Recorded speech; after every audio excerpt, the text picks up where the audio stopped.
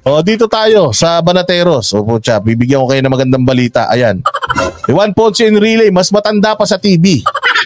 Puta, nabuhay na. Nabuhay si Juan Ponce Enrile, wala pang telebisyon. Putya, ngayon yung telebisyon. Ano na, nakadikit na sa dingding. Buhay pa rin siya.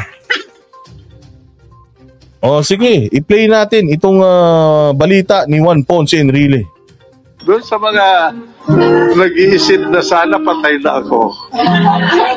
You will have your wish one day. Thank you. Sinabi yan ni Juan Ponce Enrile taong 2016. Anong petsa na ngayon? Pero alam natin na sa daigdig ni Manong Johnny ay iba ang daloy ng oras at mga taon. At nangyayari na nga ang inaasahan ng marami. Umabot na sa edad na 100. 100. 100. Ang isa sa mga pinakamakukulay pero siguradong pinakamatatag, pinakamatibay na figura sa kasaysayan ng ating modernong politika. At siguradong gusto pa rin niya na happy ka. Average life expectancy ng Filipino males, 71 years. Nalampasan pa yan ni Enrile ng 3 dekada at ang Metro, tumatakbo pa at dahil 100 na, merong 100,000 sa DSWD na naghihintay sa kanya. Mukhang problema lang paano pagkakasyahin sa cake ang 100 kandila at kung paano hihipan. Okay, 100 years old pero mawalang galang lang po ha. Hindi ba sa palagian nating paggamit kay Enrile bilang punchline, bilang katatawanan pag ang usapan ay edad at katandaan. Hindi ba parang meron tayong nakakalimutan? Meron tayong nakakaligtaan? Meron tayong hindi pinag-uusapan at yung mga tawa lang, yan ay may pinagtatakpan. Hindi ba? Maalala mo kaya yan? Ang Enrile na pinagkatiwalaan nun ng presidenteng siya mismo ay bar top notcher pagdating sa pagbabalangkas ng batas at mga kautusan. Arkitekto at enforcer ng batas militar ang may kapangyarihan na magdesisyon ng buhay at kalayaan kung sino ang kulong at kung ano lang mapapanood at mapapakinggan. Pero sinabi niya sa mga interview kasamang future boss na wala naman daw kinulong ng martial law at ngayon ay naguhugas kamay, wala raw napatay o nangyaring massacre at nang kumprontahin at kinorder ng mga makukulit na interviewer. You said specifically, name me one person who was jailed for criticizing martial law. Those three...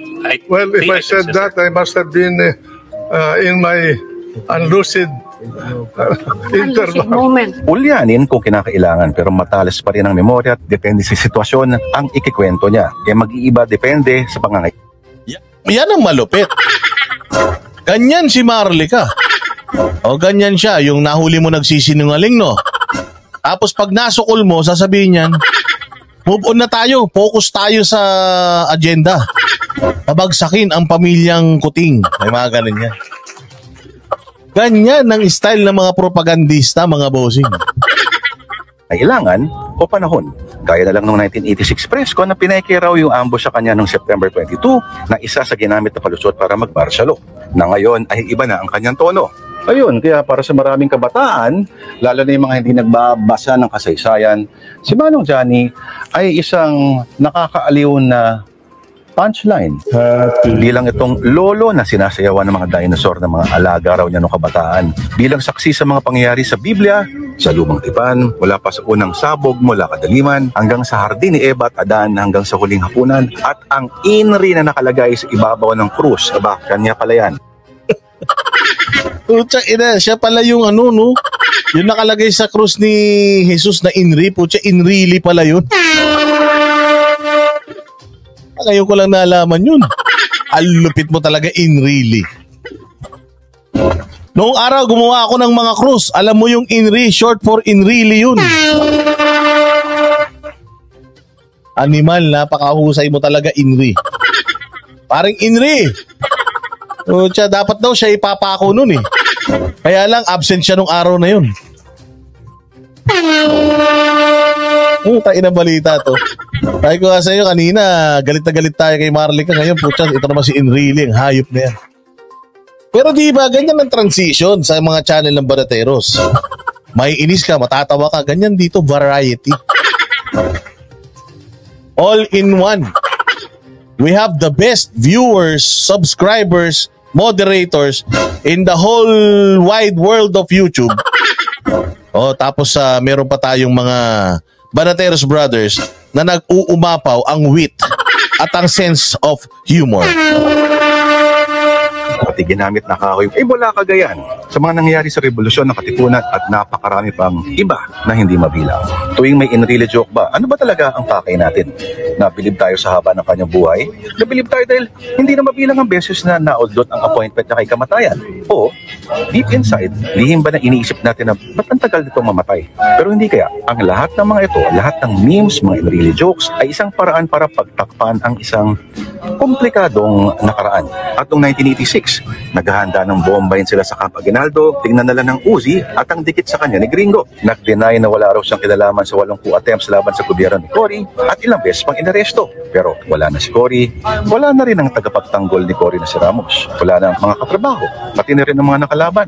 At ngayon, pangalawang Marcos ang Pangulo at siya pa ngayon ang nagpapayo. Nalampasan ng pandemya, 2 beses nagka-COVID, 3 beses tinalo ang pneumonia. Pero ngayon, matalang daw ang problema niya. Matindi talaga. Matindi dahil sa edad na 100 ay marunong pa rin mag-computer, nauunawa ng social media. At ang tanungin kung gumagamit mo ang search engine na Google, etong sagot niya. Nga naman, Google Search Engine, 25 years old, 1 point si Enrile, 1 century. Pero dahil sa Google ay nalalaman natin ang isa sa mga susi ng kanyang mahabang buhay ay diningding, saluyot, patola at bataw. At ang tanungin ko sa Time Person of the Year ng 2023, ito ang sabi niya. Gaya ng maraming superstar sa mundong ito na dumating at umalis, dumadaan lang daw itong si Taylor Swift. At hindi na tayo magugulat kung ma-outlive pa niya ang karir ni Swift at ang pag-iibigan nila ni Travis Kelce. Gaya ng nalagpasan niya marami ng pagmamahalan. Sharon Gabi, hanggang kay Katniel, hanggang Dominic at Bea, dahil may dahilan kung bakit pinanganak si Manong Johnny February 14, Valentine's Day. Araw ng mga puso, umaapaw ng pag-ibig, kaya matibay si JPE. Kaya maila pa rin ang kalawit ni kamatayan dahil first love never dies. Kaya dito sa Word of the Lord, wala na ibang pwedeng masabi kundi Happy Birthday Manong Johnny, hashtag 100 years of happy, hashtag the road to eternity. Lakpakan! Oh, yan, di ba? Happy birthday sa'yo, Juan Ponce Enrile. Kaya ako kinuha to, itong balita na to, kasi masaya to eh.